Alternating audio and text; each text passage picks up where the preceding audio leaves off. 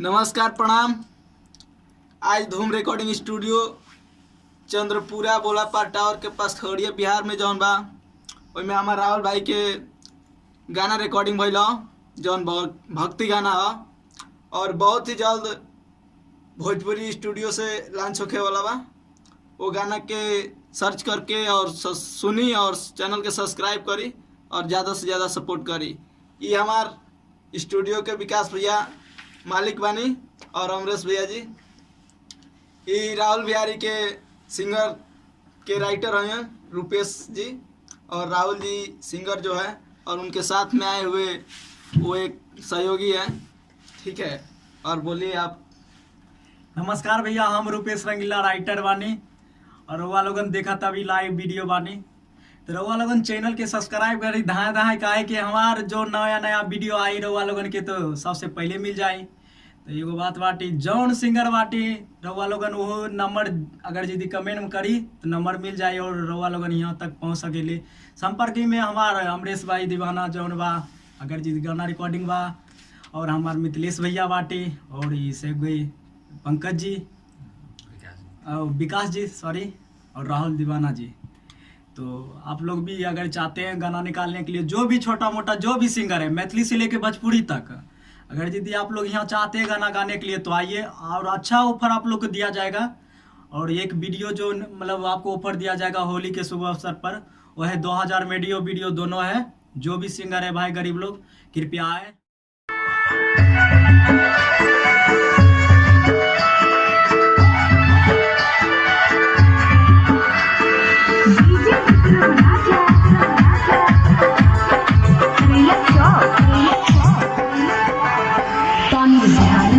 सरस्वती मैया तोरे कृपा से बनबा गवैया, तनी ध्यान दहो सरस्वती मैया तोरे कृपा से बनबा गवैया।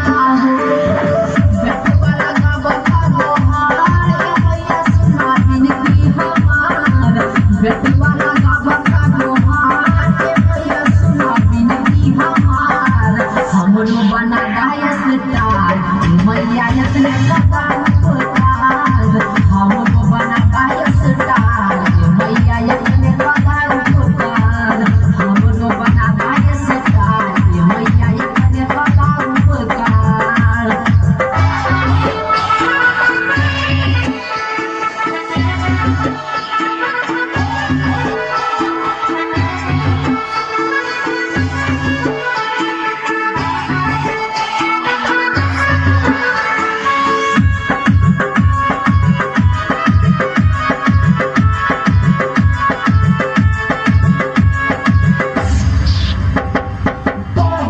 साड़ी के तोही बनैलो अपना तू कृपा से ऊपर उठैलो, रावण के साड़ी के तोही बनैलो अपना तू कृपा से ऊपर उठैलो।